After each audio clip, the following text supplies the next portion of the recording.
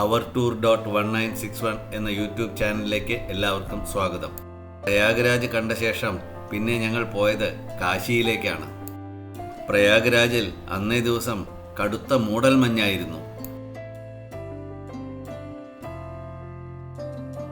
പ്രയാഗ്രാജിലെ തിരക്ക് കാരണം കാറൊന്നും ഞങ്ങൾക്ക് കിട്ടിയില്ല. ഞങ്ങൾ ബൈക്കിന് പുറകിലിരുന്നാണ് ഞങ്ങളുടെ ട്രാവലർ നിർത്തിയിട്ടുള്ള സ്ഥലം വരേക്കും പോയത്. മൂടൽമഞ്ഞ് കാരണം ഞങ്ങളുടെ ട്രാവലർ നിർത്തിയിരിക്കുന്ന സ്ഥലം കണ്ടുപിടിക്കാൻ ഒരുപാട് ബുദ്ധിമുട്ടി. ഇപ്പോൾ ഞങ്ങൾ കാശിയിൽ എത്തി. ഹോട്ടലിൽ നിന്നും കാശി വിശ്വനാഥ ക്ഷേത്രത്തിലേക്ക് ഞങ്ങൾ സൈക്കിൾ റിക്ഷയിലാണ് പോയത്. ഇടുങ്ങിയ വഴികളും ചേരികളും നിറഞ്ഞതാണ് അങ്ങോട്ടുള്ള പാത. ഹരഹര മഹാദേവ എന്ന നാമമന്ത്രങ്ങൾ മാത്രമാണ് ഞങ്ങൾക്ക് വഴിനീളെ കേൾക്കാൻ സാധിച്ചത്.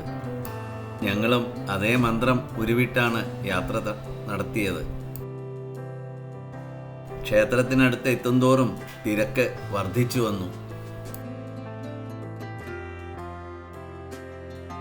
ഗല്ലികളെല്ലാം പിന്നിട്ട് മെയിൻ റോഡിലെത്തിയപ്പോൾ കണ്ട കാഴ്ച അതിഭയങ്കരമായിരുന്നു. അയോധ്യയിൽ കണ്ട തിരക്കിനെക്കാട്ടിലും വളരെയധികം തിരക്കായിരുന്നു കാശിയിൽ. ഇതെല്ലാം പ്രയാഗ്രാജിൽ കുംഭമേളയ്ക്ക് വന്ന ഭക്തജനങ്ങളാണ്.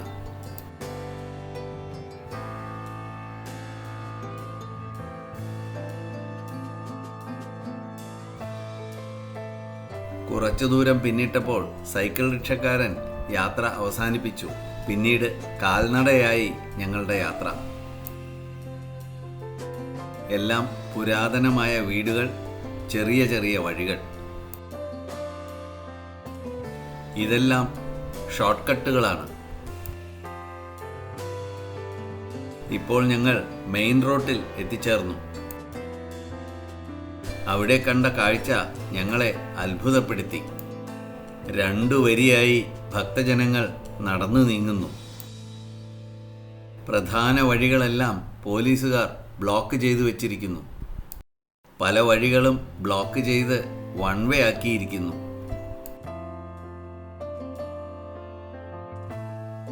ഇത് ക്ഷേത്രത്തിന് മുന്നിലുള്ള നന്ദി വിഗ്രഹമാണ്. കിലോമീറ്ററുകൾ നീളുന്ന ക്യൂ ആണ് ദർശനത്തിനായി ഞങ്ങൾ അവിടെ കണ്ടത്. ഇതെല്ലാം ദർശനത്തിന് ക്യൂ നിൽക്കുന്ന ആൾക്കാരാണ്. 5 മണിക്കൂറോ 6 മണിക്കൂറോ ക്യൂ നിന്നാലാണ് ദർശനം കിട്ടുക. തിരുപ്പതിയിലേതുപോലെ ഫ്രീ ദർശനവും സ്പെഷ്യൽ ടിക്കറ്റ് ദർശനവും VIP ദർശനവും ഇവിടെ ഉണ്ട്. കഷ്ടിച്ച് 3 കിലോമീറ്ററിലധികം അവിടെ ക്യൂ നിൽക്കുന്നത് കണ്ടു. ക്ഷേത്രത്തിനകത്ത് ക്യാമറയോ ഫോണോ ഒന്നും അനുവദനീയമല്ല. എല്ലാം ക്ലോക്ക് റൂമിൽ വെച്ചിട്ട് വേണം നമ്മൾ അകത്തേക്ക് പോകുവാൻ. അതുകാരണം ക്ഷേത്രത്തിനകത്തെ ദൃശ്യങ്ങൾ പകർത്താൻ സാധിച്ചില്ല. അവിടുത്തെ ലോക്കൽ ആൾക്കാരോട് സംസാരിച്ചപ്പോൾ മനസ്സിലായത് ഇത്രയും ക്യൂ സാധാരണ പതിവില്ലത്രേ. നോർത്ത് ഇന്ത്യയിൽ നിന്നുള്ളവരെല്ലാം അയോധ്യയും പ്രയാഗ്രാജും കാശിയും ചേർത്തിട്ടുള്ള ഒരു തീർത്ഥാടനമായിട്ടാണ് ഇതിന് വരുന്നത്. പ്രയാഗ്രാജിലെ മഹാകുംഭമേളയ്ക്ക് വന്നവരാണ് ഇവരെല്ലാം. ഞങ്ങൾക്കും അധികം താമസിയാതെ ദർശനം കിട്ടി. ഇനിയൊരിക്കൽ തിരക്കില്ലാത്ത സമയത്ത് സുഖമായി ഒന്നുകൂടി ദർശനം നടത്തണം എന്നു മനസ്സിൽ തീരുമാനിച്ചു.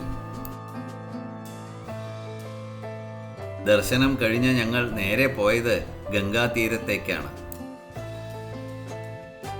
ഗംഗയിൽ അനവധി പേർ സ്നാനം ചെയ്യുന്നത് കണ്ടു.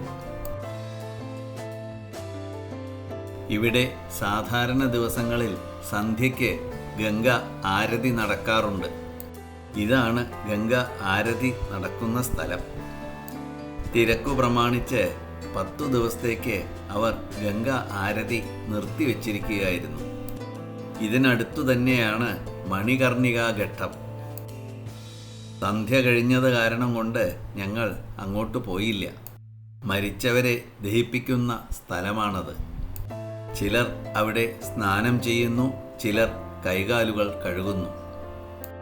എവിടെ നോക്കിയാലും ഹരഹര മഹാദേവ ഹരഹര മഹാദേവ ഹരഹര മഹാദേവ എന്ന മന്ത്രങ്ങൾ മാത്രം. ഇദ്ദേഹം ഞങ്ങളുടെ കൂടെ വന്ന മിസ്റ്റർ ഗോപാലൻ നായർ എന്ന ആളാണ്. തിരക്കുണ്ടെങ്കിലും വിശ്വനാഥ ദർശനം മനസ്സിന് വളരെ സന്തോഷം തന്നു. ഈ വീഡിയോ ഇവിടെ അവസാനിക്കുന്നു. സബ്സ്ക്രൈബ് ചെയ്യാത്തവർ ഉണ്ടെങ്കിൽ സബ്സ്ക്രൈബ് ചെയ്യുവാൻ വിനീതമായി അഭ്യർത്ഥിക്കുന്നു. ബെൽ ബട്ടൺ അമർത്തിയാൽ നോട്ടിഫിക്കേഷൻ വരും. Thank you very much.